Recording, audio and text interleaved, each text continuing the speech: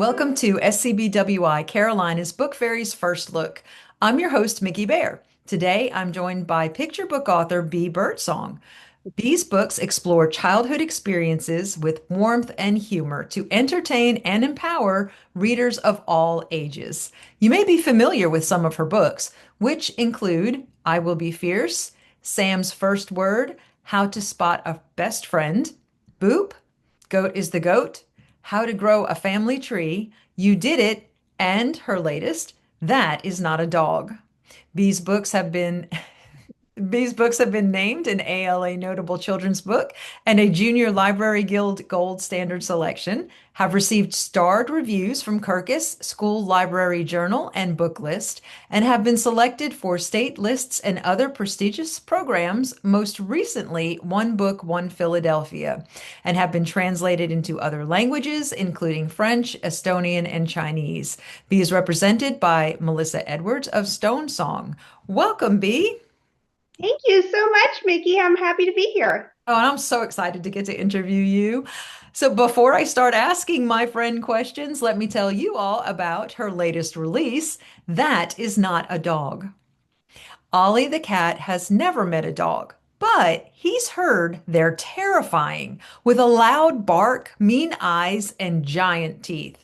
Fortunately, as he takes a stroll, Ollie doesn't encounter any dogs, but he does meet lots of new friends. There's Mildred with her black and white fur and kind eyes. She's definitely a cow. Then he runs into Finchley with his round snout, enormous size, and love of splashing in puddles. He's clearly a hippo. Ollie has the best walk as he keeps finding more and more new animal friends. No dogs in this crowd. Or are there? This Is Not a Dog is a hilarious story that explores the folly of making assumptions. Kids will enjoy spotting the dogs on every page as Ollie embraces his newfound friendships. B, your blend of humor and life lessons is epic as they come together in yet another adorable picture book. Tell me what inspired you to write this book? Thank you, Mickey. So, this book, well, like everyone else, I love cute animal pictures online, right? And sometimes you'll see a picture of a dog that looks like maybe it could be something else. It has the same markings, maybe as a cow, or it looks like a teddy bear.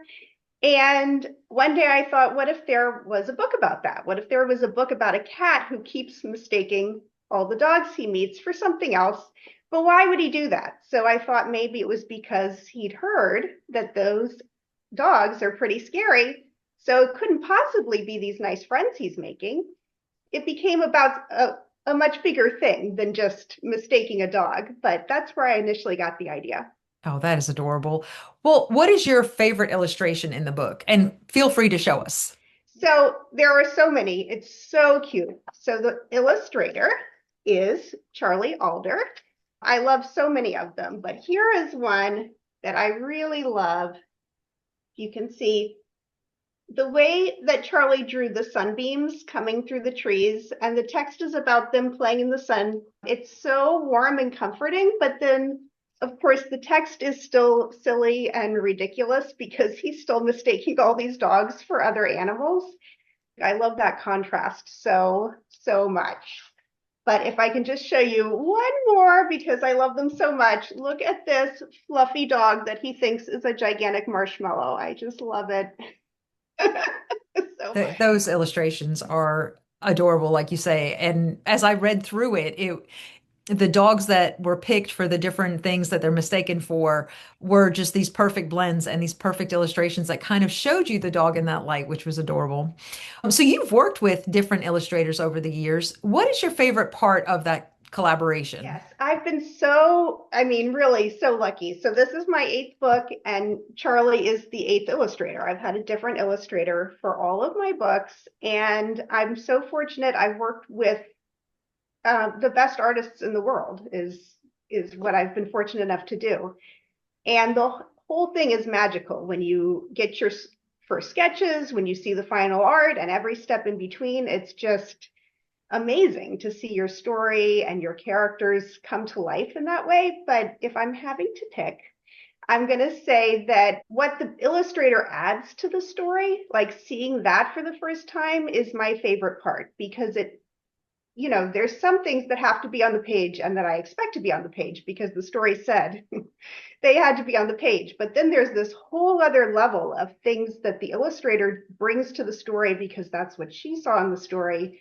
Me getting to see that for the first time is amazing because it's like, oh, a lot of times it's stuff that I would have never thought to add or to see.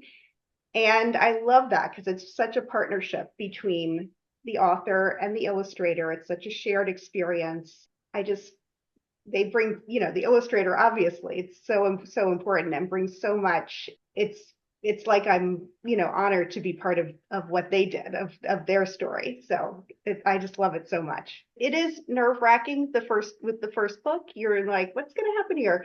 But please be assured that the illustrators are professionals. They're incredibly talented artists, and your pictures are going to be better than whatever you have in your head, for sure. Mine always have been.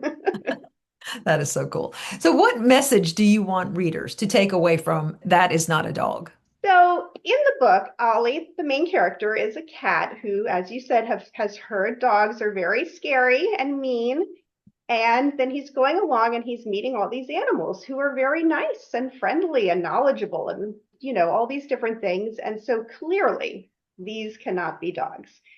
One thing I loved about this concept is that it lets the reader be the expert because they know more than the main character. But I did get a sneak preview of getting to read the book to a group of kids.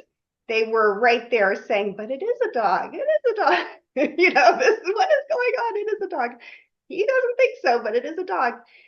I just loved that they were able, as we talked about it afterwards, and this is what I was hoping for, that they were able to make the connection between what Ollie is thinking and his assumptions, and that he's making the mistake of thinking that you can group any animal or person into a group and say, all dogs are scary. That's what's going on here. And the kids are able to make that connection. I mean, I totally trust my reader that, we should not group people by their appearance or other external factors, but just get to know them inside and who that person is inside, and not because they belong to a particular group or that you've been told that they're a certain way. You just have to get to know them. And so that's the message I hope kids will take away. And so far, it seems like they are, to, not make assumptions, to not be foolish enough to make assumptions about people or animals before you get to know them. And that's one of the things I love about picture books is you can have these really strong themes and lessons, and they're woven in these beautiful stories that are fun and really help the kids discover these on their own. I think that's what I really like the most about this is that you, like you said, the reader knows more and they end up, discovering more because they know more. And that's just a really neat thing to have happen. So, what is coming up next for you? Well, That Is Not a Dog is with Nancy Polson Books. In summer 2027, I'll have another book with Nancy, and it's called Me Too, and it's illustrated by John Letta. And I haven't seen first sketches for it yet, so I can't tell you anything about the art, but it's based on a call and response classroom game that a lot of times teachers will play at the beginning of the year, and it helps kids form connections and friendships because they discover that their classmates share their feelings about things. And so I'm hoping that the book too will help kids make connections and understand that they're not alone in their feelings, whether those are feelings about, good things or things they're anxious about, and maybe make some new friendships.